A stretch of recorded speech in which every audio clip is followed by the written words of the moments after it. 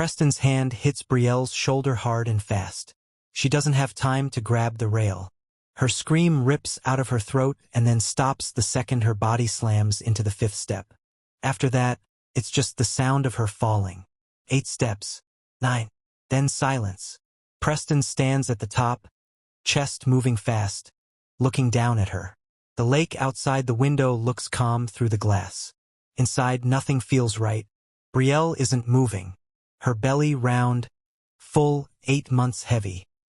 Presses against the marble floor at an angle that makes his stomach drop. Blood starts pooling near her head. Slow at first, then faster. He doesn't go to her. Not yet. He just stares. A memory flashes. 2 days ago at the country club, his hand on her lower back in front of donors.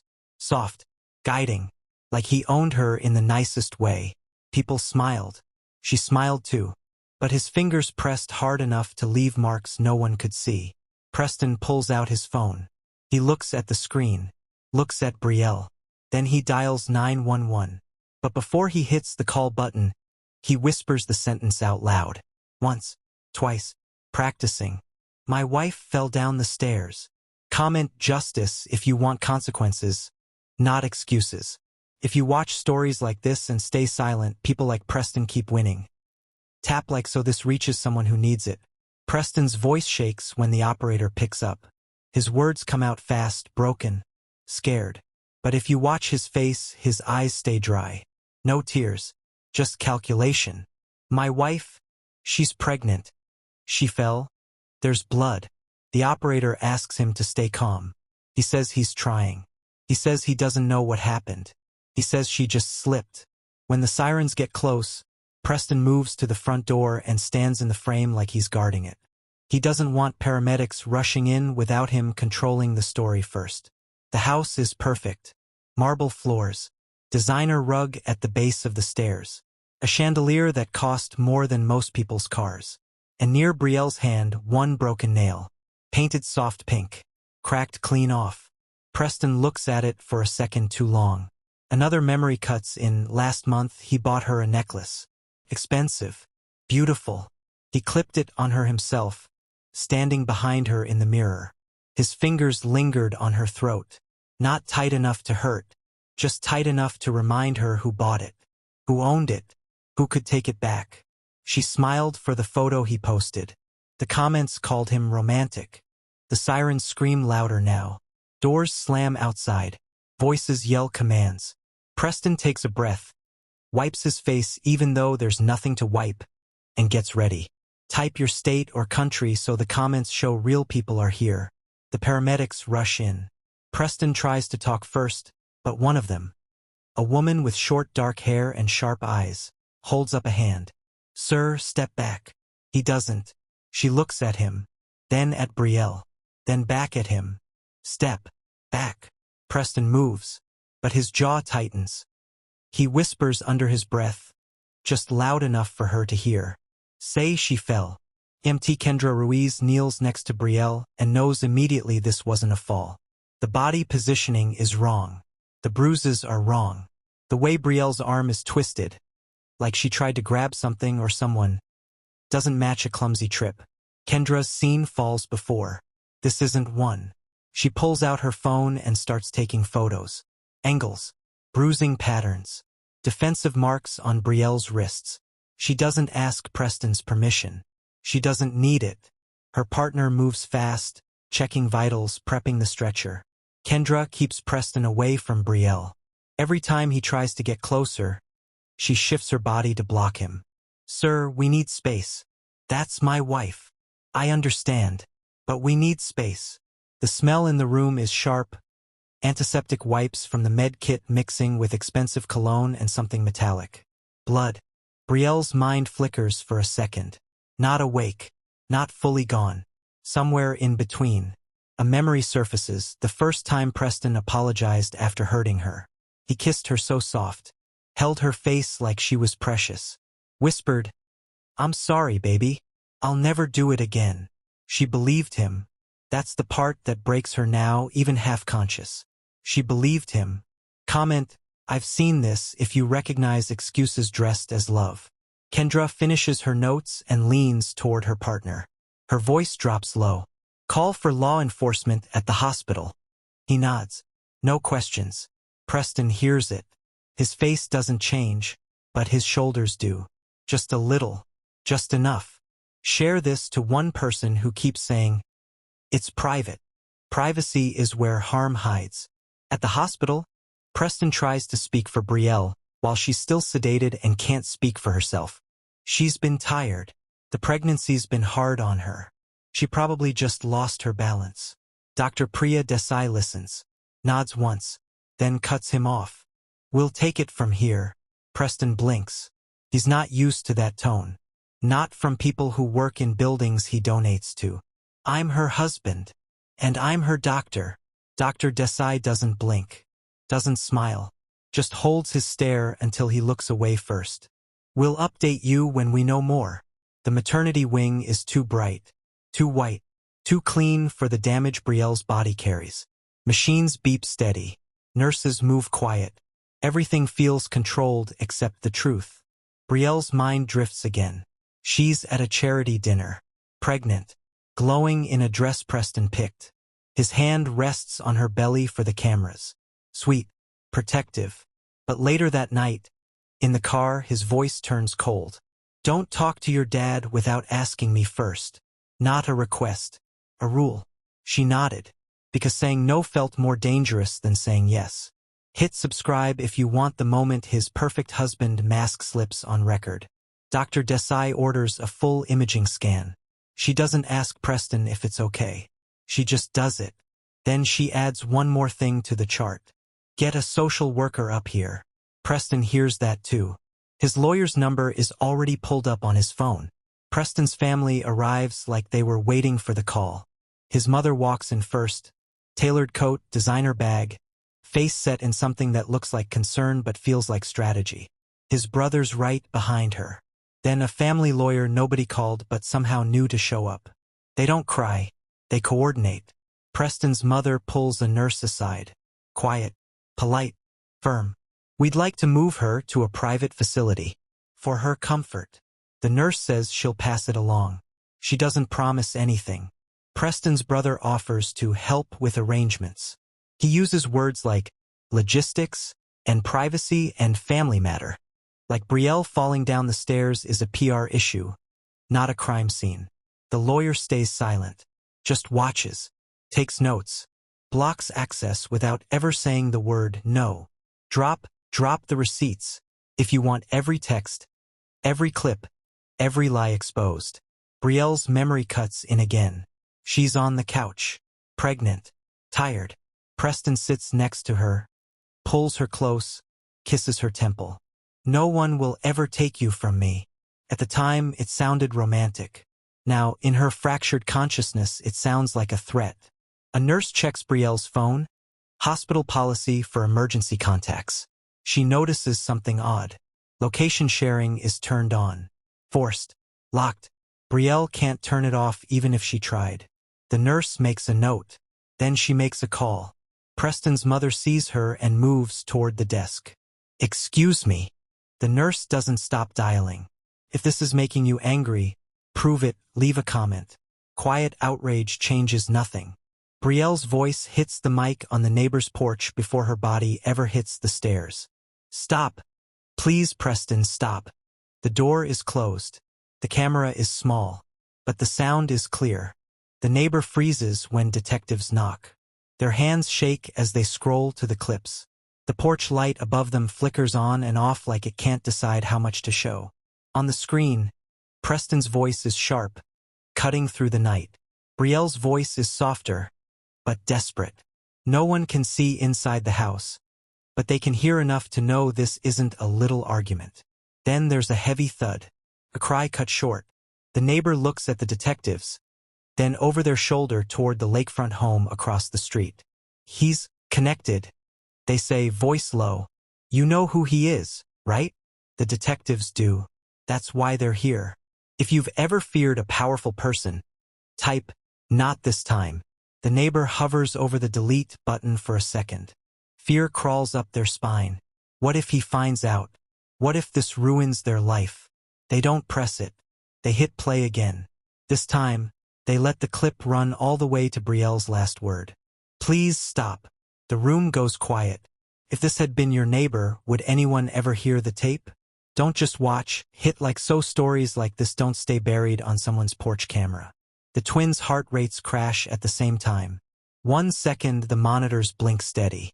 The next, alarms scream. Nurses move from calm to full speed in a breath. A code call slices through the hallway, and the doors to Brielle's room swing wide. Prep for emergency C-section. Now. Gloves snap over hands. A metal tray clinks as instruments are lined up. The overhead lights blaze down so bright they wash every shadow off the walls. The clock on the wall ticks too loud, each second feeling like a dare. Preston pushes toward the bed. She needs me in there. Dr. Desai doesn't look up from Brielle's chart. You can stay near the door. You will not get in the way. He hates the word near. He wants in. He wants control. Instead, he's stuck on the edge while a team of strangers make choices that matter more than his name. Brielle slips under, pulled down by meds and pain. Her body remembers another night, one of the rare gentle ones. The sheets soft, his hand on her waist, his voice low. No anger, no rules, just warmth. That night made walking away harder. If he could be that soft, maybe he could change. That's what she told herself. That's what kept her there. Tap like if you want justice that starts with medical staff who refuse to look away. The babies are pulled from her one by one. The room splits. One team here, one team there. Someone counts compressions. Someone calls out times. Someone whispers, "Come on, little one, come on." Then there's a sound. One thin, broken cry from one tiny chest. The other table stays quiet. A nurse looks at the clock and calls a time that will sit in Brielle's file forever. The air feels heavier than before, even though the vents hiss the same. The case just changed in one line. This isn't just about domestic problems anymore. This is death. If you've ever brushed off a bad feeling as it's complicated, this is the cost. Share this story, even if it makes you uncomfortable, so someone else doesn't learn this the hard way. Franklin Devereux walks into the hospital like he has all the time in the world. He doesn't raise his voice. He doesn't flash a badge in the air or throw his title around. He just walks to the nurse's station, shows his ID, and asks for Dr. Priya Desai by name. When he reads the first page of the report, his jaw sets. He doesn't react big. He reacts quiet. That's worse. Franklin used to work in operations that never made the news. Now he's a federal prosecutor who knows exactly what no visible panic can mean. Men like Preston always perform. They perform charm. They perform grief. They perform confusion. He wants facts, not performances. Dr. Desai meets him in a side room. They talk in low tones. Who's in her circle? He asks. Family, his donors, his lawyers, she answers. And one EMT who doesn't buy the story. Franklin nods. Kendra's name goes on his mental list. Back in Brielle's room, her mind drifts to a much younger version of herself. A teen girl sitting at a kitchen table while Franklin, years younger and not yet tired, explains something simple but sharp. If someone always needs to know where you are, who you're with, what you're wearing, that's not love, Brie. That's control with a bow on it. She laughed back then, said, "You're dramatic." He just smiled and let it go. Now those words knock on the edges of her coma. Comment, "I'm still here, if you're staying to the end for the full payoff." Franklin asks for Brielle's full medical history, regular checkups, prenatal visits, any note that doesn't fit. When the records come, something is wrong. Appointments shifted, notes added in a different style. One visit marked patient declined, even though Brielle was in another state that day. Who changed these? Franklin asks. No one answers right away. That's an answer. If you know someone who shrugs and says, "It's their marriage, stay out of it," send this to them.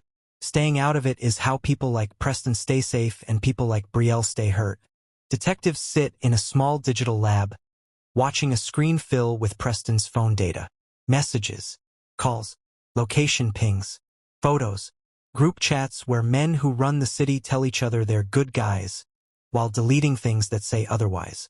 Then one text pops up that changes the temperature in the room. From an unknown contact to Preston. Fix it.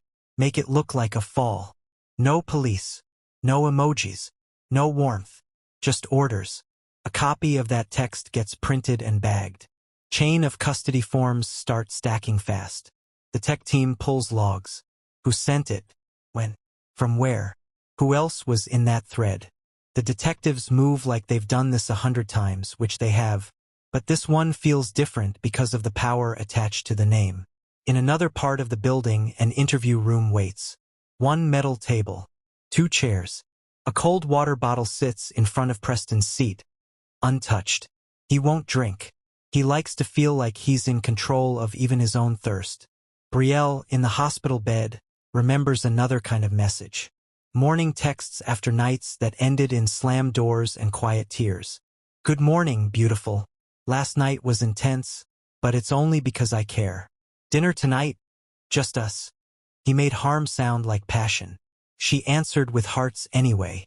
If you want the full interrogation scene later, read him in the comments. In the interview room, Preston's lawyer leans forward. This was a medical accident, he says. Any text taken out of context will look bad. But context is exactly what keeps piling up. Doorbell audio. EMT notes. Altered records. Forced location sharing. Now this. The timeline that once felt smooth and polished starts to crack down the middle. Soon, there won't be many places left to hide. Don't watch this like it's gossip. Say what you think in the comments. Silence is exactly what families like his count on when they clean up the mess. By the time Franklin gets the full picture, he knows they aren't fighting one battle. They're fighting 2. One is about a pregnant woman on a staircase. The other is about an empire built on image, pressure, and money that never liked rules. Franklin starts making calls that don't show up on gossip blogs. Regulators. Investigators in other states. People who have been waiting for someone with enough backbone to say, "Send me everything." He asks about contracts, donations, shell companies, whispers from staff who left with more than hurt feelings. On the lakefront, Preston paces his private lounge, phone pressed to his ear. He calls donors, judges he's hosted at his home, people who owe him favors. "This is getting out of hand," he says. "You know me. You know I wouldn't." He doesn't finish the sentence. Back in Brielle's drifting mind, a night at the lake flashes. The air was warm, the water dark. Preston stood behind her, arms around her waist, chin on her shoulder. "You're safe with me," he whispered. His voice was sweet. His eyes, in the window's reflection, were not. Desire and fear wrapped around each other so tight she couldn't tell them apart. Subscribe and turn on notifications if you want the moment his power stops working, not just talked about. A nurse on the maternity floor files a report. Preston tried to enter Brielle's room again, despite clear limits. When told no, his smile faded. His words got softer, more dangerous. "I just want to see my wife," he said. "Are you really going to keep a husband from his family?" The nurse wrote down every word. That report lands on Franklin's desk. 2 wars. 1 hospital room. 1 man who still thinks he can talk his way out of both. If you're still watching and not saying anything, you're giving more protection to him than to her. Drop a comment so this doesn't read like entertainment. It reads like a stand. Preston leans his palm on the locked hospital door like he owns the hinges. The suit is sharp. The smile is soft. The eyes are hard. Inside, Brielle lies hooked to lines and machines. Outside, he plays devoted husband for anyone watching. A nurse steps in front of him. Her access is restricted. He tilts his head, all hurt pride and quiet warning. "To me?" he asks. "You're keeping me from my wife?" He lowers his voice so only she can hear. "You have any idea who I am?" She does. That's why the security guard down the hall is already walking their way. Brielle's blurred memory pulls up a different hallway. Some gala years back. Preston kissed her forehead in front of cameras, his hand wrapped around her wrist. The pressure didn't match the tenderness. The flash from the photographers hid the way she tried to shift her hand free. Comment, keep him out. If the hospital should protect her, no matter his last name. At the nurse's station, a staff member files a report. Preston tried to get Brielle moved to a private facility for privacy. Laughs in the right places. Talks about media and stress and what's best for her. He never mentions the staircase. The report goes into the system. The system sends it higher. Preston walks away from the door, but not far. He's used to walls bending. He's sure this one will too. If you're still watching and haven't tapped like, ask yourself, if this was your sister in that bed, would you really stay quiet? The social worker doesn't start with small talk. She walks into Brielle's room, checks the chart, looks at the bruises, listens to the beeping monitors, and asks one clean question. Are you safe with him? The words land heavier than any machine noise. Brielle's throat is dry. Her tongue feels thick. She can't answer the way she wants yet. The tube, the pain, the fog in her head, they all slow her down. Preston tries to follow the social worker in. She stops him with one raised hand. This part is just for her. He laughs like it's a joke. I'm her husband. There is no just for her. The social worker doesn't laugh. That's exactly why I'm asking. Back in Brielle's mind, the kitchen comes into focus. Nighttime, stove light on. Preston behind her, hands on her hips. His voice soft. I love you. You know that? His words sweet. His eyes daring her to disagree. When she stayed quiet, his hands squeezed a little too hard. She told herself it was passion. Now it feels like proof. Type, she deserves safe. If you want professionals who don't get scared off by status. The social worker writes in her notes. Phrases like coercive control, isolation from support, partner answers for patient. She circles the changed appointment records. Then she checks one more thing.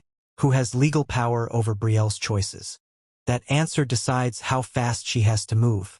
When the social worker leaves the room, Preston is waiting. How'd it go? He asks. She doesn't answer him. She calls security instead. If you've ever said, it's not my business, this is what that looks like up close. Share this with one person who needs to see why minding your business can cost someone their safety. Franklin doesn't raise his voice when he walks into the admin office. He places his ID on the desk. Then he places a written request next to it. I'm asking for full access to Brielle Devereux's medical records, he says. Let's keep this official. The administrator glances at the badge, then at the name, and suddenly the room feels smaller. Before they can reply, another phone rings. Different line, different tone.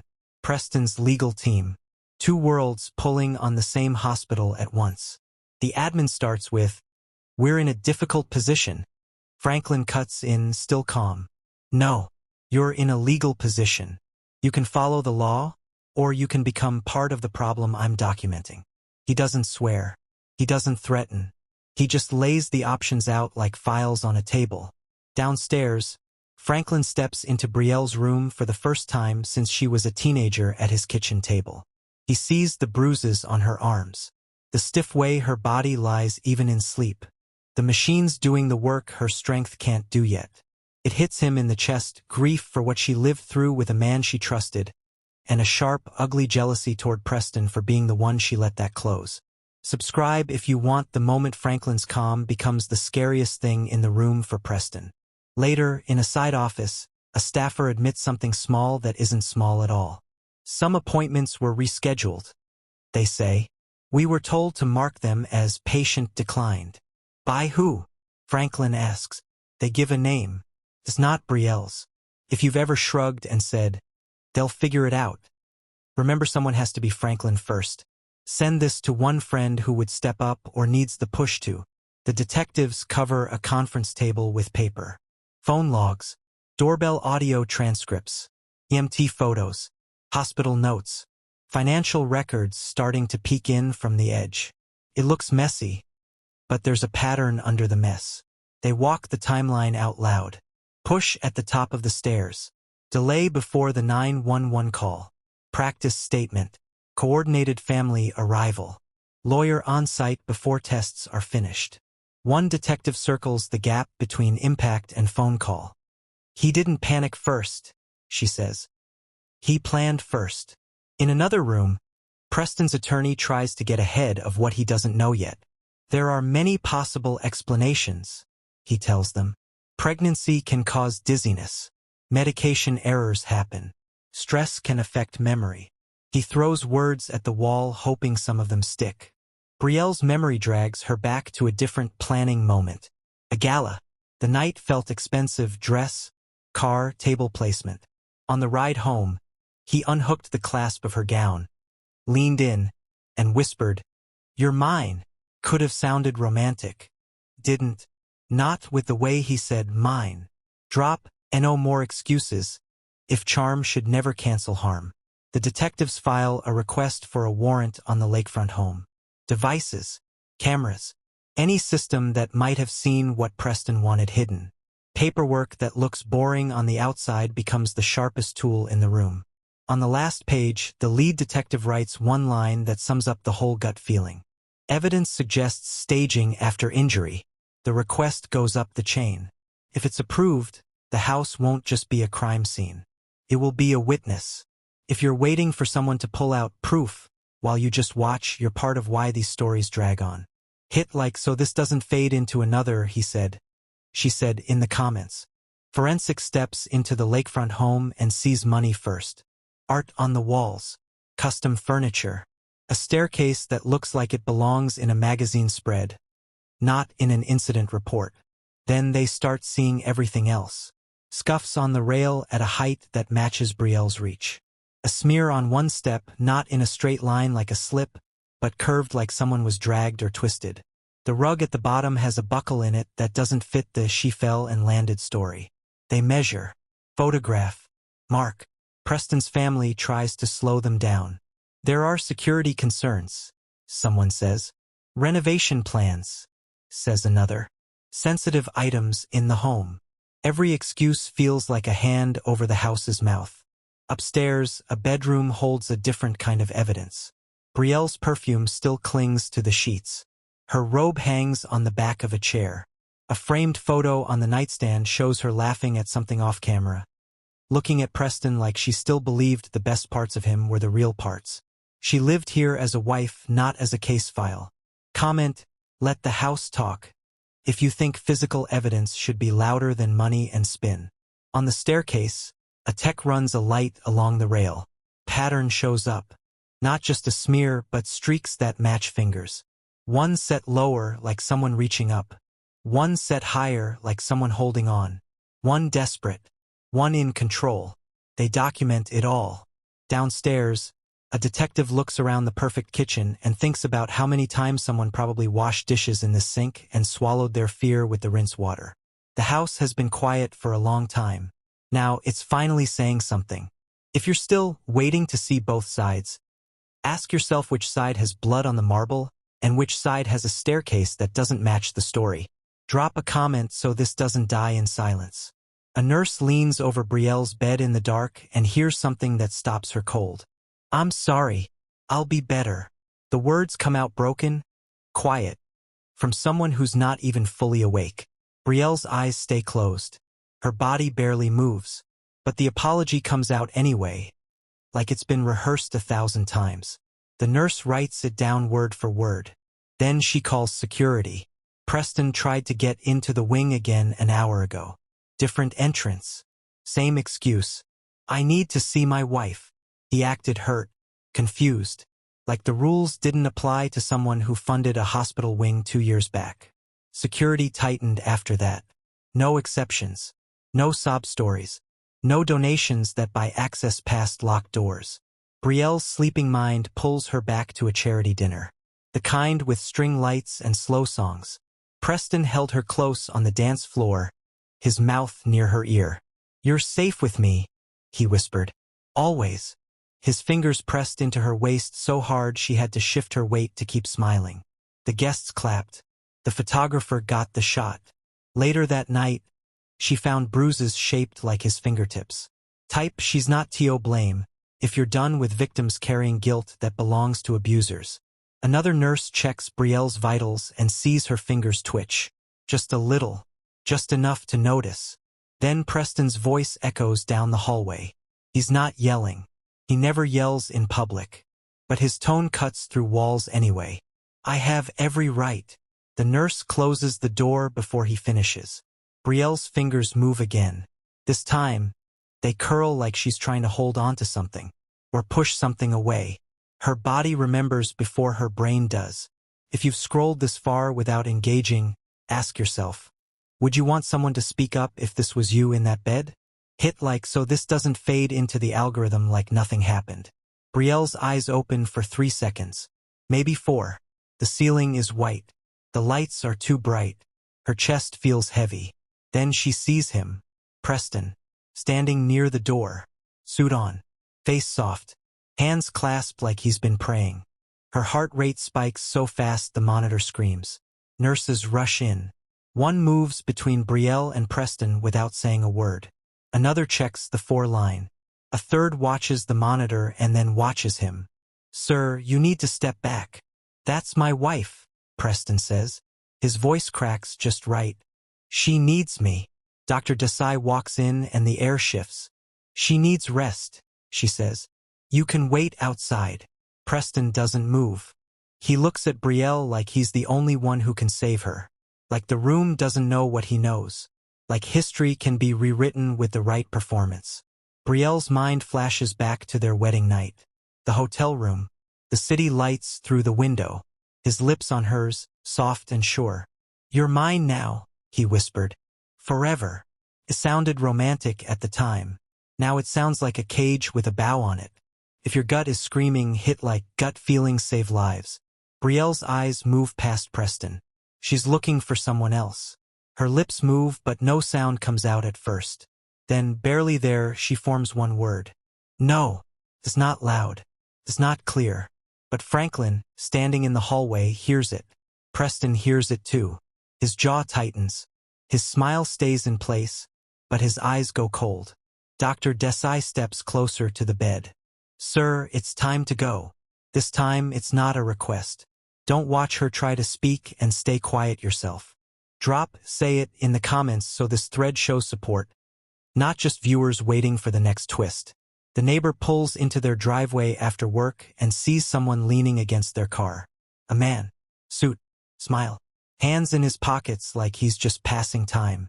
Hey, he says, voice easy. Got a minute? The neighbor's stomach drops. I don't know you, they say. I know. But we have a mutual concern. The man tilts his head toward the lakefront house across the street. You have footage. From your doorbell camera. The neighbor doesn't answer. It would be easier for everyone if that footage just disappeared, the man says. He pulls out an envelope. Cash. Enough to make someone think twice. No drama.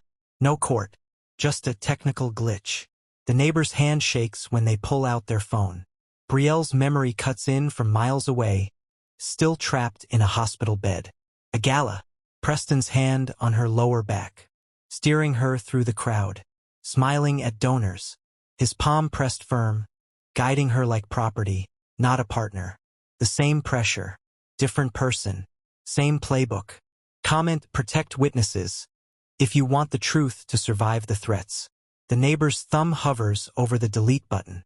They think about their job, their mortgage, their kids. What happens if Preston's family comes after them next? Then they think about the scream they heard that night. The one that stopped too fast. They pull their thumb back. Dial a number instead. Detective Ransom? They found me. Their voice shakes, but the words come out clear. The man in the suit doesn't smile anymore. He walks away slow like he's got all the time in the world. But the neighbor already sent the files to 3 different emails before he even showed up. Fear doesn't always win. Sometimes it just makes people more careful. If you've ever been scared to speak up because someone had more money or more power, this is your reminder that silence protects the wrong people. Drop a comment so this thread doesn't look empty when someone else needs the courage. Preston sits in his home office and makes calls like he's closing a business deal. First call. A donor who owes him a favor. This is getting messy. I need someone who can put pressure on the right people. Second call. A judge he's hosted at his lake house twice. Just a courtesy call. Wanted to make sure you're aware of the situation before it gets out of hand. Third call, his attorney. Whatever it takes. I don't care what it costs. He doesn't yell. He doesn't panic. He just moves pieces on the board like he always has. Across town, Franklin sits in a quiet office and does the same thing, but better. He files paperwork that freezes accounts. He reaches out to regulators who've been waiting for someone to ask the right questions. He calls people who know how to build cases that don't fall apart under pressure. Preston threatens. Franklin documents. Brielle's memory surfaces in the hospital bed. A bracelet. Gold. Expensive. Preston sliding it onto her wrist after a fight. I'm sorry, baby, he said. Let me make it up to you. The metal was cold. His kiss was warm. She confused the gift with safety, the apology with change. She wore it for months, even after she realized the clasp was too tight to take off alone. Subscribe if you want the exact moment his connections stop working and his calls go unanswered. A text comes through to Franklin's phone. Unknown number. Short message. The abuse isn't the only crime. Call me. Franklin reads it twice. Then he forwards it to the detective team with one line. Whistleblower. Protect them. Preston's empire was built on image and intimidation. But images crack under pressure, and intimidation only works if people stay scared. Someone just stopped being scared. If you've ever felt powerless watching rich people get away with everything, don't just watch this unfold. Share it with one person who says nothing ever happens to them. Because this time something is. The case stops being just about Brielle.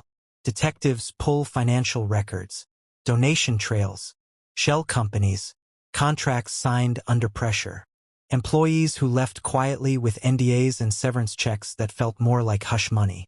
Preston's business wasn't just about real estate and investments. It was about control. Who got funding? Who got squeezed? Who got silenced? And now someone's ready to talk. Preston's family moves fast. Money gets transferred. Files get deleted. Hard drives get wiped. They act like a cleanup crew that's done this before. But Franklin's team moves faster. Freezes hit accounts before the transfers clear. Subpoenas land on servers before the delete commands finish. Every move Preston's team makes leaves a trail they didn't mean to leave. Brielle's mind drifts again. Pulled under by meds and exhaustion. A memory surfaces. Preston standing behind her in their kitchen. Arms around her waist. Voice soft in her ear. We're a team, babe. You and me against the world. His hands reached for her phone on the counter. He unlocked it. Changed a setting. Locked it again. Handed it back with a kiss on her neck. She didn't check what he changed. She trusted him. Later, she found out he'd turned off her access to her own accounts. For security, he said. So no one can take advantage of you. Comment, burn the lies, if you want every cover-up exposed. Not negotiated away in some backroom deal. Franklin sits at his desk and opens a sealed envelope delivered by courier. Inside, proof. Not speculation. Not suspicion. Proof. Fraudulent contracts. Falsified reports. Witness intimidation documented in emails that were supposed to be deleted but got backed up by someone smart enough to keep copies. He reads through it once. Then again. Preston's fall won't just be personal. It'll be structural. The whole family. The whole business. The whole carefully built empire that looked clean on the outside and rotted from the inside. Franklin picks up his phone and makes one call. We're ready. File everything. The dominoes don't just tip. They crash. Don't let this story end like a headline that fades in 2 days. Send this to someone with the words, watch till the end. Because the real lesson isn't in the fall. It's in how long people let him stand. Detective Cole Ransom's phone buzzes at midnight. Unknown number. He almost lets it go to voicemail. He doesn't. Detective Ransom? The voice is male. Shaking. Trying to sound steady but failing. Yeah. Who's this? Someone who worked for Preston. Someone who knows things you need to know. Ransom sits up. Hits record. Keeps his voice calm. What kind of things? The caller pauses. Background noise, maybe a car, maybe a parking lot. Somewhere public but empty. Preston didn't start lying the night Brielle fell. He's been lying for years. To investors. To the city. To everyone who thought his family was clean. Can you come in? Give a statement. Not unless you guarantee protection. Real protection. Not just will keep you safe. While his lawyers bury me in paperwork. Ransom writes fast. Name. Number. Location options. We can do that. But I need details first. Enough to know this isn't a setup. The caller gives him one name. Preston's chief of staff. Then adds 3 words that change the night. He kept copies. Brielle's sleeping mind pulls her somewhere softer. Preston at her bedside years ago when she had the flu. His hand on her forehead. His voice low and soothing. Good night, baby. I've got you. The kiss on her temple felt like care. But it came right after he'd checked her phone, read her texts, and asked why she hadn't answered him fast enough earlier that day. Sweetness used to wipe away control. Tenderness as an apology for the tightness that came before. Comment, protect them. If you want the truth to have a safe place to land. Not just empty promises. Ransom texts Franklin. Short. Direct. Whistleblower on Preston's business. Claims chief of staff has files. Setting up meet. Franklin replies in seconds. Secure it. I'll handle the rest. The caller is still on the line, breathing heavy. If I do this, he says, I lose everything. My job. My reputation. Maybe my safety. If you don't, Ransom says, the next person he hurts won't be the last. The line goes quiet for a long time. Long enough that Ransom thinks he lost him. Then the caller speaks. Okay, but not at the station. Somewhere neutral. And I want it in writing, protection, immunity if I cooperate, the whole thing. Ransom agrees. They set a time, place, rules. When the call ends, Ransom stares at his notes and thinks about how many times people saw something wrong and walked past it because speaking up felt too expensive. This time, someone's paying the cost anyway. If you're still watching but haven't engaged yet, ask yourself, what's silence protecting?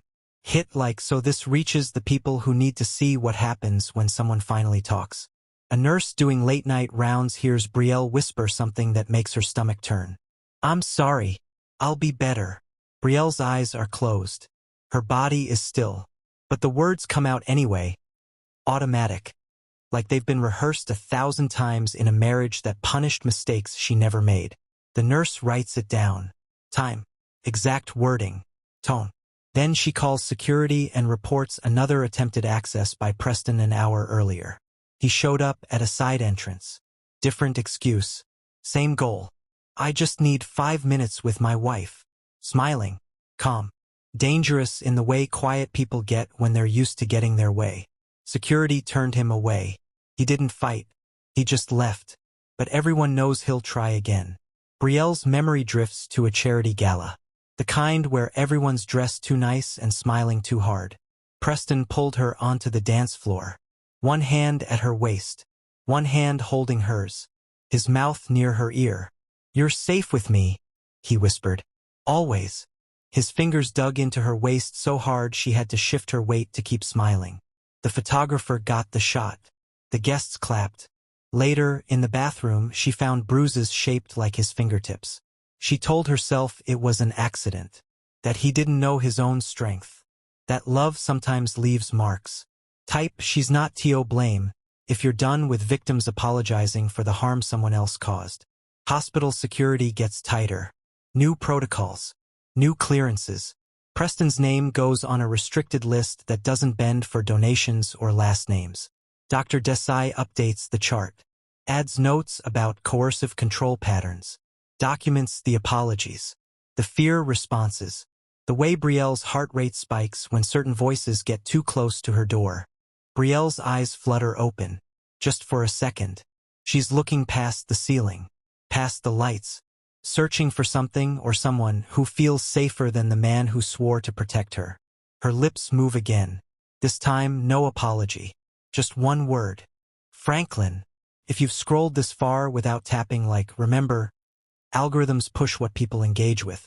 If you want stories like this to reach people who need them, prove it. One tap.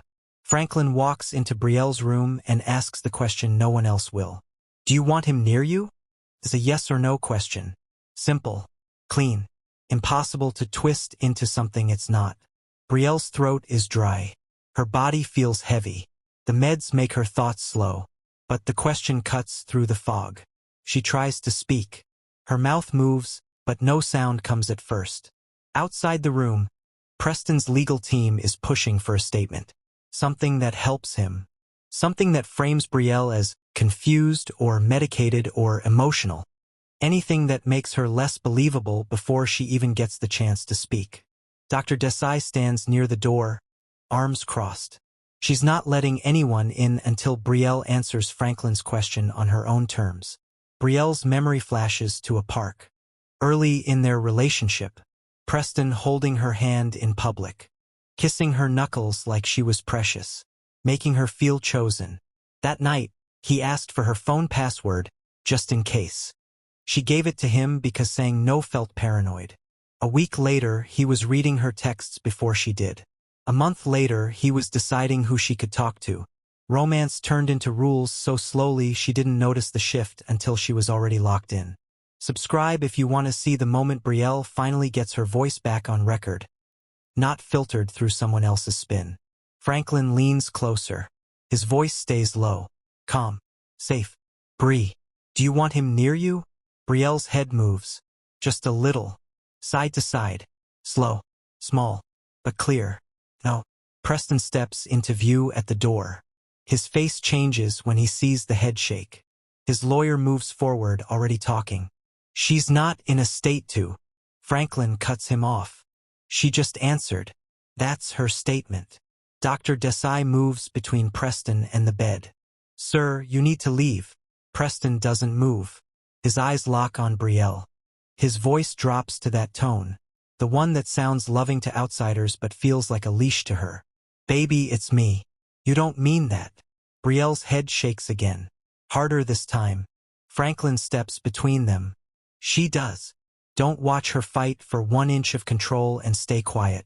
Drop, I hear you in the comments so this thread looks like a wall of support, not a crowd of spectators. Preston sits in the interview room with his lawyer and tries to do what he always does. Charm his way through. He smiles, leans back, acts confused but cooperative. I don't understand why we're still doing this, he says. My wife had an accident. A terrible, tragic accident. Detective Shauna Carver doesn't smile back. Walk me through the timeline again, she says. From the moment she fell to the moment you called 911. Preston's lawyer jumps in. My client has already answered this multiple times. Then once more won't hurt, Carver says. Preston goes through it. The stares, the scream, the panic, the call. His voice steady, his story clean, too clean. Carver circles one detail. You said you were in the kitchen when she fell. Yeah. But the neighbor's doorbell camera caught your voice at the top of the stairs, near the window that faces their porch. Preston's jaw tightens, just for a second. Then he recovers. I must have run up. I don't remember every step. It was chaos.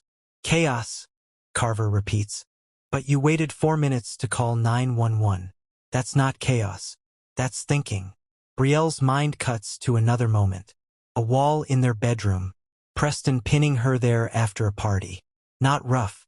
Not violent. Just firm. His voice in her ear. You're mine. Say it. She said it. Because saying no felt more dangerous than saying yes. Because desire and fear got so tangled she couldn't tell them apart. Comment, he's lying. If you caught the moment his story changed and his lawyer had to step in. Carver slides a printed text message across the table. Preston looks down. Fix it. Make it look like a fall.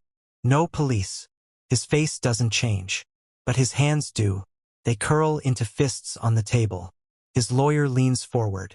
That text is out of context. It could mean anything. Could it? Carver asks. Because the timestamp says it was sent 20 minutes before your wife hit the bottom step. Preston doesn't answer. The room goes quiet. Carver lets the silence sit. She's done this long enough to know that silence makes guilty people talk and innocent people ask questions. Preston does neither. He just stares at the message like it's a bomb he forgot he planted. If you've ever watched someone lie and wished the truth would catch up, this is what that looks like in real time. Don't let this fade. Leave a comment so the thread stays active. A hospital staff member sits across from Franklin in a small office and admits something that could cost them their job. He offered me money, they say, voice shaking, hands folded tight in their lap. Said he just wanted to check on his wife without all the restrictions. That it wasn't a big deal. How much? Franklin asks. The number is high. High enough to make someone think twice. High enough to make fear feel reasonable. I didn't take it, the staff member says quickly. But I thought about it. For like 10 seconds, I thought about it. Franklin doesn't judge. He just writes. Did he say anything else? He asked if there was a way to transfer her to a private facility, somewhere more comfortable. He kept using that word, comfortable, like she was in a hotel, not recovering from. They stop, swallow hard. Brielle's memory surfaces from miles away. A different apology, a different gift. Preston pulling her close after a fight. His voice soft, his hands steady. I'm sorry, baby. Let me make it right. Her body relaxed. Her mind stayed on alert. That split between what her body wanted to believe and what her gut knew kept her trapped longer than the bruises did. Drop, do the right thing. If you respect people who tell the truth even when their hands are shaking. Franklin promises protection. Real protection. Paperwork. Legal cover. The kind of safety that doesn't disappear when the next shift starts. The staff member nods. Then adds one more thing. He tried to arrange a private transport company. I have the name, the contact info, everything. Franklin takes it all down. Then he makes a call. One that puts every private medical transport service in the region on notice. No one's moving Brielle without a court order. No one's moving her at all.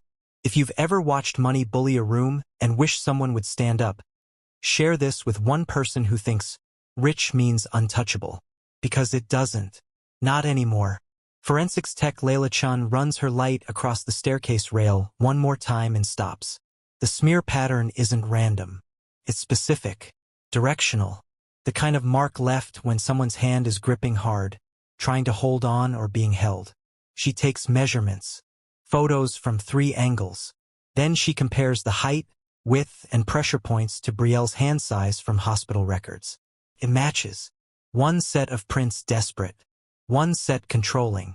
Preston's family lawyer shows up within the hour, trying to delay everything with words like contamination and chain of custody concerns.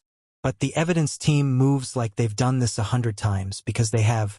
In the kitchen, another tech finds something small but sharp. A pregnancy photo on the fridge. Brielle glowing. Preston's hands on her belly. Both smiling for the camera. On the back, in Brielle's handwriting, can't wait to meet you both. The tech bags it. Not as evidence of a crime, but as evidence of who lived here before the stairs became a weapon. Brielle's memory surfaces from the hospital bed. The photo shoot. Preston's hands warm on her stomach. His voice soft in her ear. You look perfect, babe. Then later that night, in the same kitchen, his voice turned cold. Don't talk to your dad without telling me first. He doesn't need to know everything. She nodded, because disagreeing felt more dangerous than obeying. Comment facts only if you want evidence to matter more than spin. Upstairs, forensics finds another detail. A bruise pattern on Brielle's upper arm, documented at the hospital, matches the spacing of an adult male hand.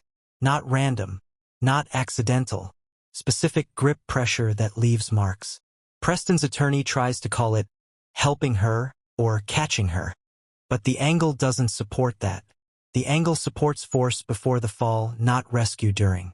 The lead investigator writes one line in the report that changes everything. Physical evidence inconsistent with accidental fall. Pattern suggests intentional contact prior to descent. In legal terms, it's careful. In human terms, it's damning. Preston's family keeps pushing the accident story. They hire their own forensics expert. Flood the case with alternate theories. Try to make the evidence look messy enough that reasonable doubt creeps in. But the facts don't bend. The staircase doesn't lie. The bruises don't disappear because someone offers a different story. Type evidence speaks. If physical proof should be louder than family money and reputation. Back at the precinct, detectives add the forensics report to the growing file. Doorbell audio, EMT notes, medical records, financial trails, witness statements, and now this proof that Brielle didn't just fall. She was pushed. Detective Carver looks at the photos one more time and feels the weight of what happens next. Charges, arrest, trial. All of it hinges on whether a jury believes the science or believes the performance. She's betting on the science. If you're still waiting for both sides, while the evidence keeps piling on one side, you're part of the problem. Leave a comment so this thread stays loud enough to reach the people who need to see what proof looks like. The neighbor pulls into their driveway after picking up groceries and sees a man standing near their car. Not moving, just waiting. Their stomach drops. "Can I help you?" they ask, keys tight in their hand. The man smiles. "Friendly. Too friendly. Just wanted to chat. About that footage you have." The neighbor's blood goes cold. They never told anyone outside the police about the doorbell camera. Which means someone's been digging. Someone with resources. "I don't know what you're talking about." The man steps closer. Not threatening yet. Just close enough to make space feel tighter. "The audio from the night Mrs. Hale fell. I'm here to make this easier for you. Delete it. Walk away. No one needs to know you ever had it." He pulls out an envelope. Thick. Cash inside. This could cover a lot of problems. Mortgage. Car payment. Whatever you need. The neighbor's hand shakes when they unlock their phone. They pull up the file. Finger hovering over delete. Brielle's memory cuts in from miles away. A gala. Preston's hand on her lower back. Steering her through the crowd like she's property. Smiling for photos while his palm presses too hard against her spine. The same control. The same pressure. Different person. Same playbook. Comment: protect witnesses. If the truth should survive the threats. Not disappear for cash. The neighbor thinks about their kids. Their job. What happens if Preston's family comes after them harder next time? Then they think about Brielle's scream that night. The one that stopped too fast. They pull their thumb away from the delete button. "No." The man's smile fades. "You sure? Because this gets messy if you don't cooperate." The neighbor dials a number. Hands shaking. Voice steady. "Detective Ransom? They found me again." The man walks away slow. No rush. No panic.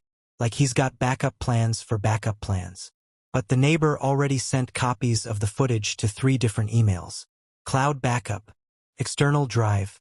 And one sent directly to Franklin's office with a note that says, "If something happens to me, it was him."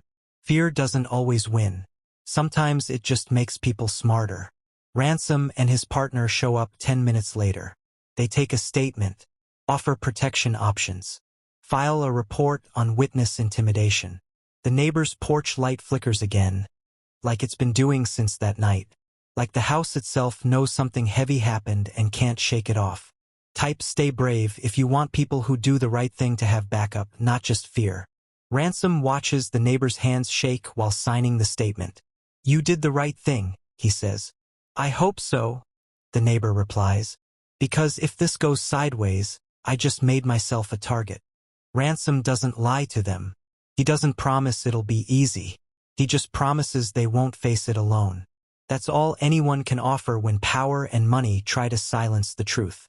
Sometimes it's enough. If you're still scrolling without engaging, ask yourself, if this was your neighbor, would you want someone to speak up or stay quiet? The algorithm pushes what gets noise. Be the noise. The whistleblower sits in a booth at a diner 2 towns over. Laptop bag on the seat beside them like a bomb they're trying not to drop. Detectives slide in across from them. No uniforms. No badges out. Just 2 people who look like they could be having coffee. The whistleblower doesn't waste time.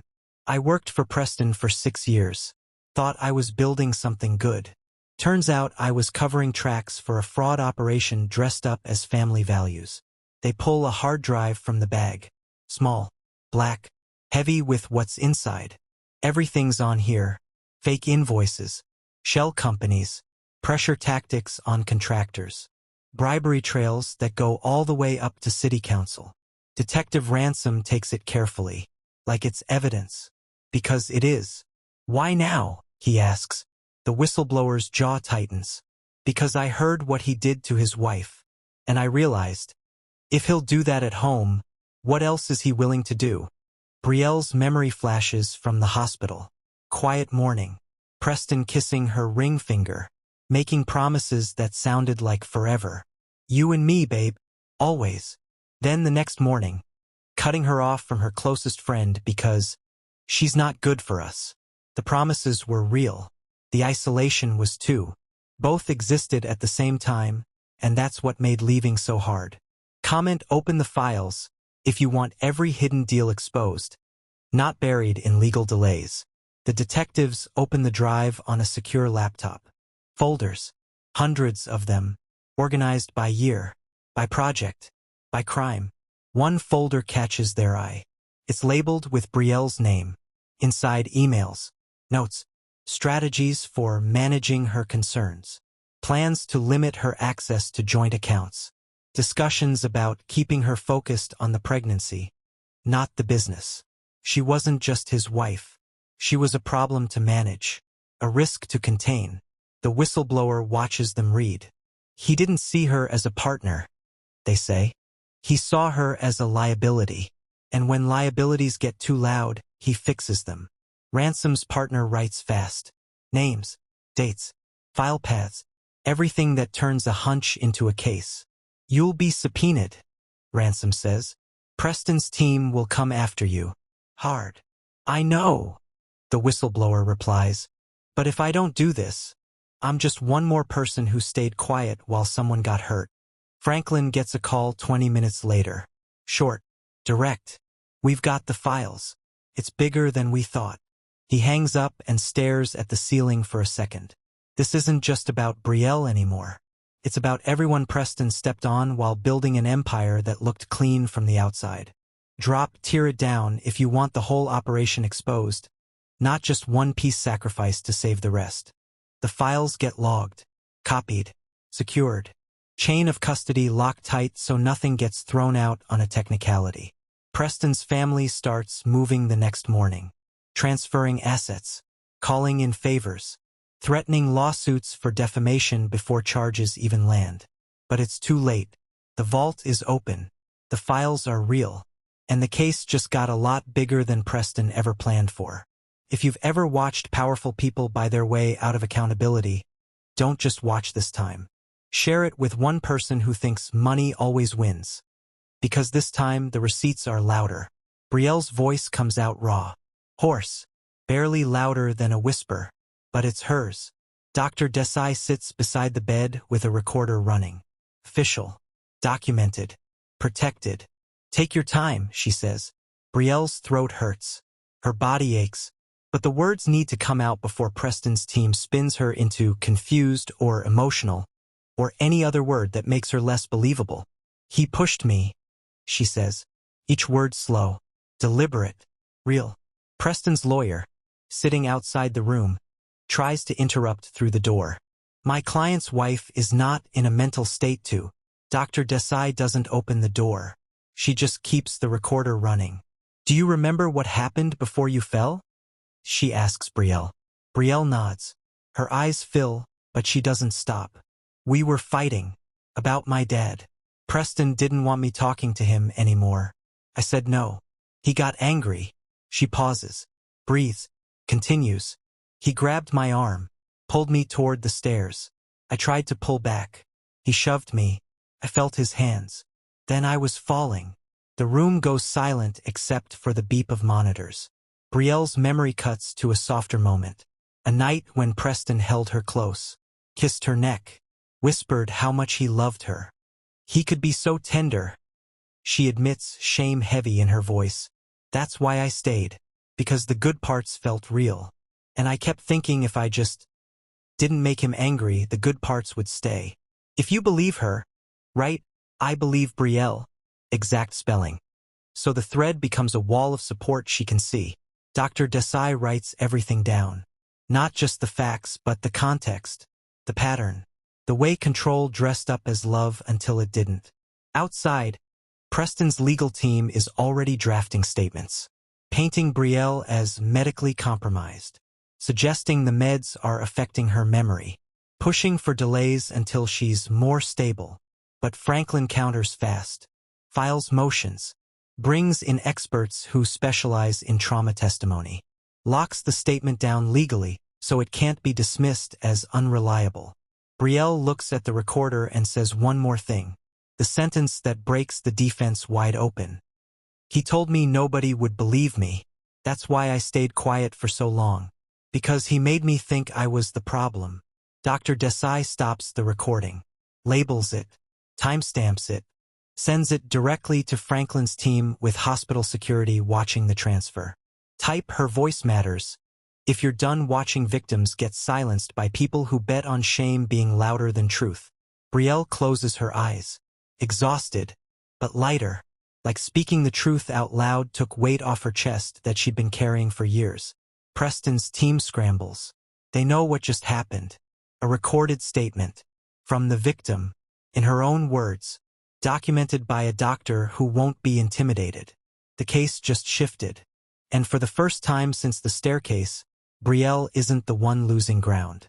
Don't let that sentence hang in an empty room. Share this story with someone who needs the reminder that belief is the first step toward protection, not the last. Franklin walks into the prosecutor's office with 2 file stacks. One labeled, assault, domestic violence, endangerment, loss of life, fetal. One labeled, fraud, bribery, witness intimidation, obstruction. He sets them both on the desk. We're ready, he says. The lead prosecutor flips through the first stack. Medical reports, forensics, audio, witness statements, Brielle's testimony, everything locked tight. Then the second stack. Financial records, whistleblower files, hard drive evidence, email trails that show a pattern of control that went way beyond one marriage. This is going to be loud, the prosecutor says. Good, Franklin replies. Let it be loud. Preston's family gets word before the press does. Lawyers flood the precinct. Donors make calls. Judges who owe favors get polite reminders about how these things can be handled quietly. But Franklin's already anticipated it. He's filed motions in 3 jurisdictions. Frozen assets tied to shell companies. Put whistleblowers under legal protection. Built a case that doesn't fall apart if one piece gets pressured. Brielle's memory surfaces one more time. The morning they moved into the lakefront house. Preston kissing her temple. Carrying her over the threshold like a movie scene. Her body wanted to trust him. Her gut didn't. She ignored the gut. Chose the hope. That split between what she wanted to believe and what she knew deep down cost her years. Subscribe and turn on notifications if you want to see the courtroom moment where his power finally stops working and the judge makes the call. At the precinct, Detective Carver gets a call from surveillance. Preston's on the move. Private car. Bags in the trunk. Phone's been swapped. She hangs up and radios the team. He's running. Units move fast. Quiet. No sirens yet. Just positioning. Waiting for the right moment to close in. Preston thinks he's got time. Thinks he can disappear long enough for his lawyers to negotiate a deal. Thinks his name still buys him space. He's wrong. On the highway, lights flash behind him. Red and blue cutting through the night. Preston's driver slows. Pulls over. Hands on the wheel. Preston sits in the back. Phone in hand. Trying one last call to someone who used to pick up fast. The call doesn't go through. Not anymore. Hit like if you believe consequences should land harder than connections, and justice should be louder than a last name. Detectives approach the car. Calm. Professional. By the book. Step out of the vehicle, Mr. Hale. Preston does. Slowly. Like he's still trying to figure out how this happened.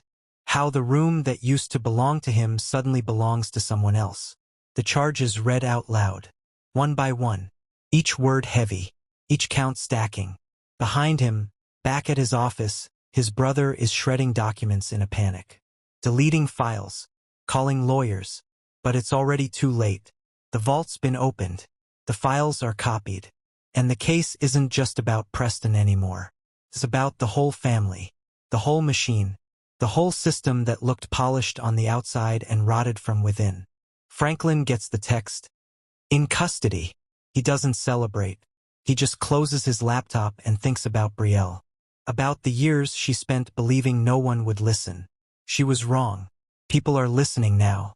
And this time, the noise is louder than the money trying to silence it. Don't let this end like a headline that disappears in 2 days. Send this to a friend with watch till the end. Because the real lesson isn't in the fall.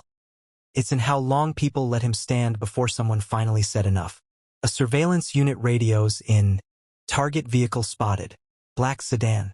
Highway 90 westbound. 2 occupants. Detective Carver grabs her radio. Do not engage yet. Follow at distance. Wait for my signal. Preston sits in the back seat, scrolling through contacts, calling people who used to pick up on the first ring. Lawyers, donors, judges who owe him favors. Most calls go straight to voicemail. The ones that connect hang up fast. His driver keeps eyes forward, hands steady on the wheel. Professional, paid well enough not to ask questions. Preston's team is still at the courthouse, filing motions to delay the warrant, claiming medical privacy concerns and procedural violations, throwing words at the wall, hoping something sticks long enough for Preston to cross state lines. But Franklin anticipated this. He filed holds in 3 jurisdictions, alerted Border Patrol, made sure every exit route had eyes on it. Brielle's memory surfaces from her hospital bed.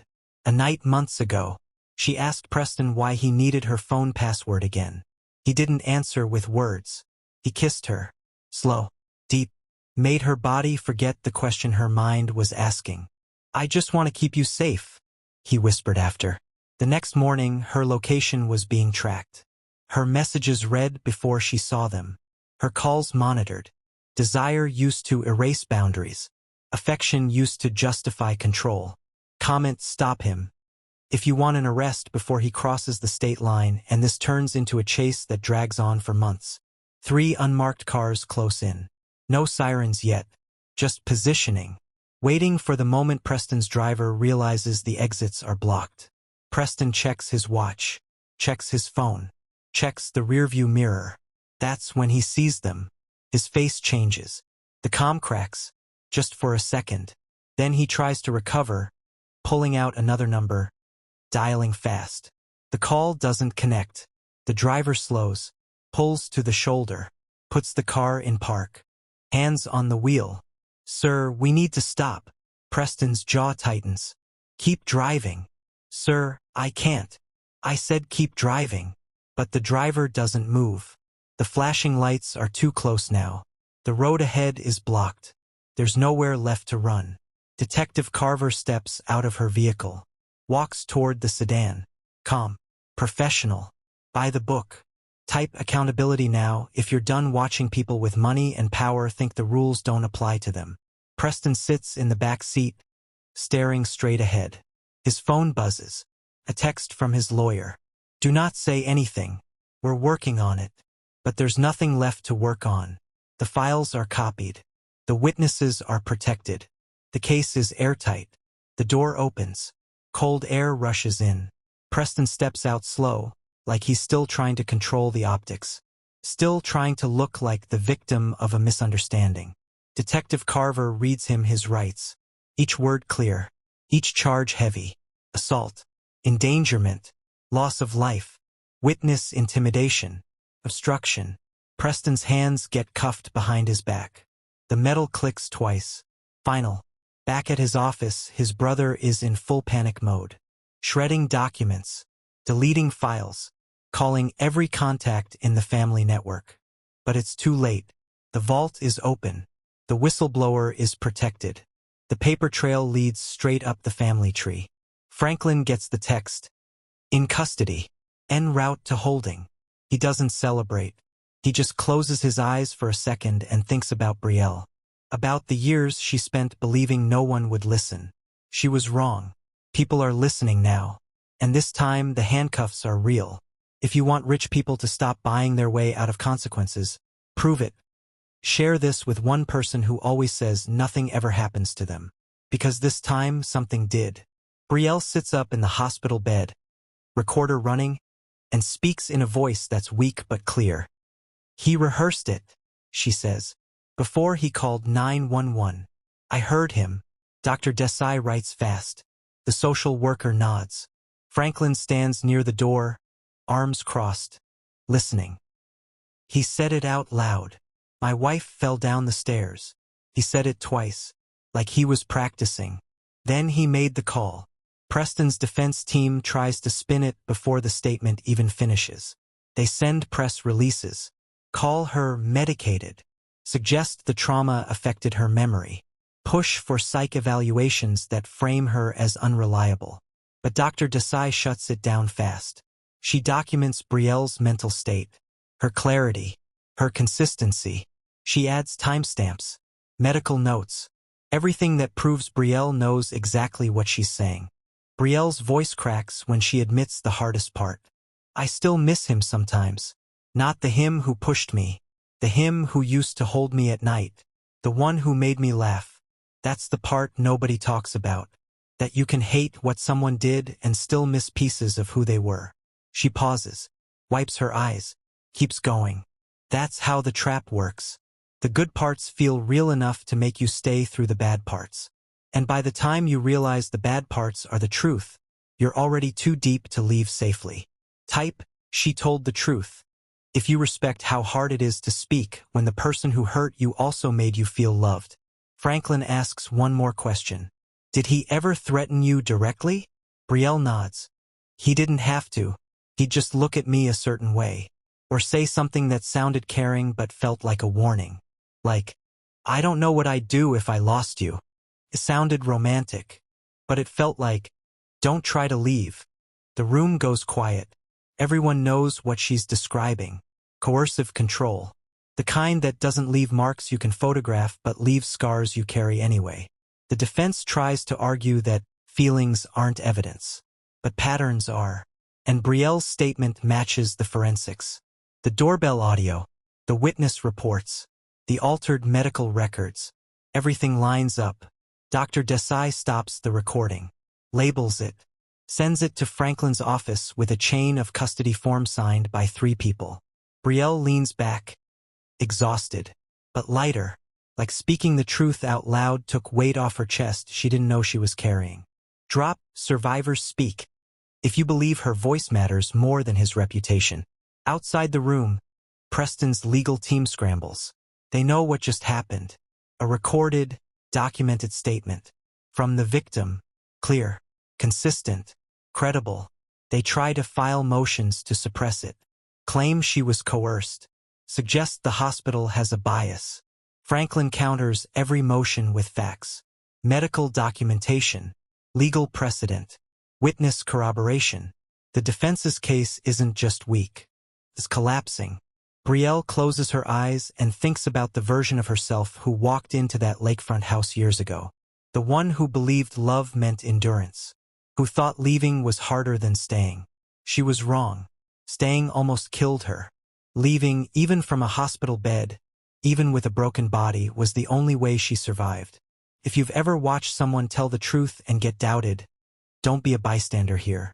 Leave a comment so this thread looks like support, not spectators waiting for the next twist. Preston stands on the side of the highway, hands cuffed, face frozen in disbelief. Sirens scream. Lights flash red and blue across his tailored suit. Officers move around him with the kind of calm that comes from doing this 100 times before. He tries one last move. Pulls rank. Drops names. Do you know who I am? Detective Carver doesn't blink. Yes, sir. That's why we're here. Preston's lawyer is already on the phone, shouting at someone about bail and procedural errors and rights violations. But the charges are solid. The evidence is stacked. The case doesn't bend because someone's used to getting their way. Preston gets loaded into the back of a patrol car. The door shuts with a heavy click. Final. He stares out the window at the road he thought would take him somewhere safe. Instead, it brought him here. Back in Brielle's hospital room, a nurse tells her the news. Quiet, gentle. He's in custody. Brielle doesn't cry. She doesn't smile. She just closes her eyes and breathes, like she's been holding her breath for years and finally remembered how to let it out. Her memory flashes to their wedding night. The hotel suite. City lights through the window. Preston pulling her close, kissing her slow. Forever, he whispered against her lips. You and me. Felt like a promise. Turns out it was a claim. Possession dressed up as love. Hit like if you believe consequences should be louder than connections, and justice should be real, not just talked about. At Preston's office, his brother is still shredding documents when the feds walk in. They don't knock. They don't ask. They just serve the warrant and start seizing everything. Computers, hard drives, file cabinets, phones. Everything that might hold proof of the wider fraud scheme that kept the family empire looking clean while rotting from the inside. Preston's mother calls the family lawyer. Her voice is calm, but the words come fast.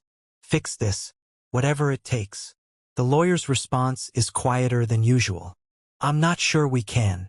That's when she realizes the machine she helped build is about to eat itself. Back at the holding facility, Preston sits alone in a cell. No tailored suit can save him here. No donor checks. No quiet phone calls to judges who owe favors. Just him. For walls. And the reality that the room doesn't belong to him anymore. Comment, the fall is real. If you're here for the moment power stops protecting the wrong people. Franklin gets the call confirming Preston's in custody. He doesn't celebrate. He just exhales. Then he makes one more call to the hospital. Tell Brielle he's not coming back. Dr. Desai delivers the message. Brielle nods once. She doesn't ask for details. She doesn't need them. All she needs to know is that the man who told her nobody would believe her was wrong. People believed her. And now he's the one behind locked doors.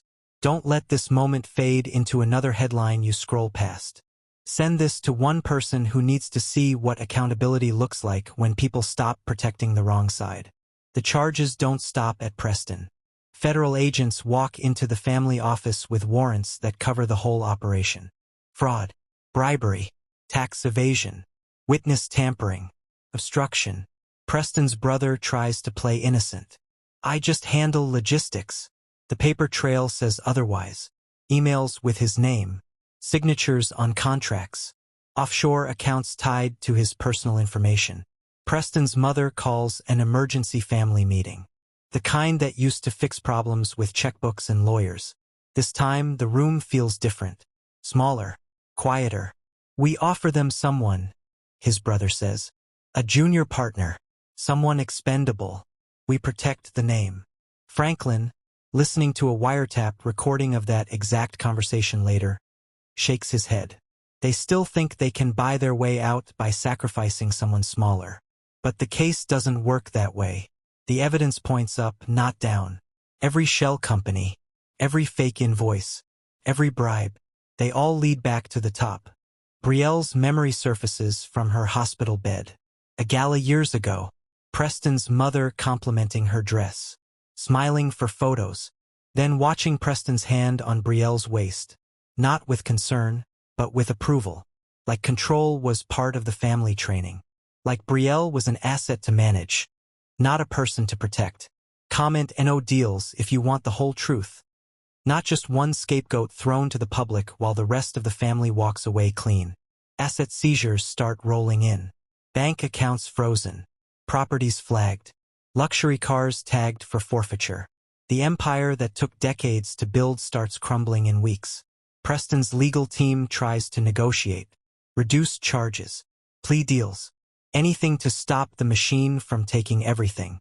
But Franklin doesn't negotiate. Not on this. Not when the evidence is this clear. You want a deal? He says. Cooperate fully. Testify. Give us every name, every account, every lie. Otherwise, we go to trial with everything we have. Preston's family tries one more move: public sympathy. Press releases. Charity donations announced with perfect timing. Interviews where they talk about supporting victims, while their lawyers attack Brielle's credibility in court filings. The public isn't buying it. Not this time. The doorbell audio leaked. Brielle's hospital photos got shared by advocacy groups. The fraud files got summarized in investigative reports. The performance doesn't work when the receipts are public. Type full accountability if you're done watching powerful families sacrifice one person to save their name while the real rot stays hidden. Franklin gets confirmation that the government is moving to seize key assets tied to the fraud scheme. Real estate, investment accounts, everything that was built on stolen money and broken rules. Preston's mother sits in her lawyer's office and realizes something she's never had to face before. The room doesn't bend for her anymore. The name doesn't open doors. The money doesn't buy silence. For the first time in her life, the consequences are real. And there's no one left to pay off.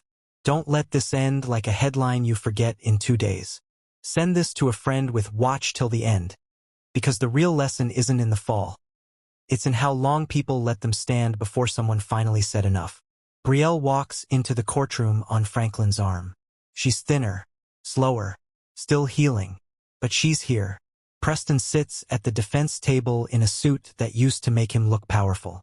Today, it just makes him look like someone trying too hard. Their eyes meet for half a second. She doesn't look away first. He does. The room is packed. Press, advocates, witnesses, people who spent years watching Preston's family operate and wondering when someone would finally make them answer for it. Today is that day. The judge enters. Everyone stands. The case begins. Preston's defense pushes sympathy. They talk about stress, tragic accidents, a man who loved his wife and made a terrible mistake in a moment of panic. Franklin stays calm. He doesn't shout. He doesn't perform.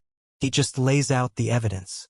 Doorbell audio, forensic reports, medical records, financial fraud, witness intimidation.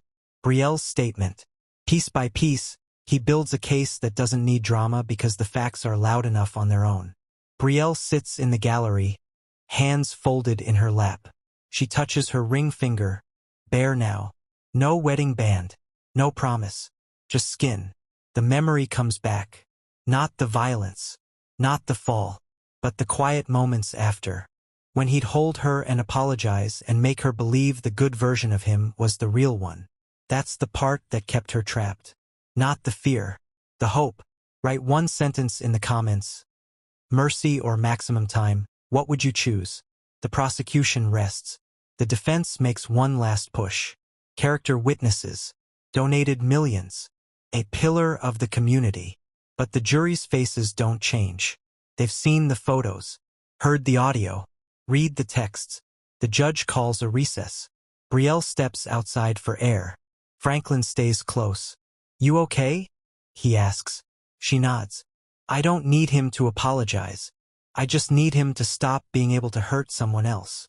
When the verdict comes back, the room goes silent. Guilty. On every count. Preston's face doesn't move. His lawyer's does. Shock. Then panic. Then the scramble to file appeals before the sentencing hearing. But the conviction stands. Brielle doesn't cry. She doesn't cheer. She just exhales. Long and slow. Subscribe if you want more stories where power meets proof, and survivors get to reclaim the rooms that once belonged to the people who hurt them. Outside the courthouse, reporters swarm. Brielle doesn't stop for interviews. She doesn't need to perform her trauma for cameras. She just walks. One step, then another. Away from the building. Away from the man who told her nobody would believe her. She was believed, and he was wrong. Share this with someone who needs the reminder. Control isn't love, and leaving isn't weakness. It's survival. Months later, Brielle sits in a small apartment. Not the lakefront house. Somewhere simpler, quieter. Hers. She looks at a photo of her surviving baby. Touches her own collarbone. Remembers the version of herself who thought love meant endurance. She smiles. Slow. Private. Powerful. Because she didn't survive by waiting for Preston to get softer. She survived by finally stopping the protection of his story and starting the telling of her own. Final line. Brielle didn't survive because Preston got softer. She survived because she finally stopped protecting his story. The lesson in this story isn't just about one woman's survival. It's about what happens when people stop staying silent. Control doesn't announce itself. It shows up as concern, as protection, as love that comes with conditions you don't notice until you're already trapped. And the people who use it count on one thing: that you'll stay quiet because speaking up feels more dangerous than enduring. But belief is protection. When medical staff refused to look away, when a neighbor kept the footage, when a whistleblower chose truth over safety, when Franklin built a case that couldn't be bought, Brielle got her voice back. Not because Preston changed, but because the people around her stopped letting his power be louder than her pain. The real danger isn't just the person who harms. It's the silence that protects them. Every time someone says, "It's not my business," or "Stay out of it," or "We don't know the full story," they're handing power back to the wrong person. Brielle survived because she finally stopped protecting his story and started telling her own. And people believed her, not because she was perfect, but because the truth was louder than the performance. If this story made you feel something, don't let that feeling disappear when you scroll to the next video. A comment below. What's one thing you'll do differently after hearing Brielle's story? Share this with someone who needs to hear it, whether they're in it now or know someone who is. Subscribe for more stories where truth wins, power gets checked, and survivors get the last word. Drop "I hear you" in the comments so this thread becomes proof that people are paying attention. Because silence protects the wrong side, and your voice matters.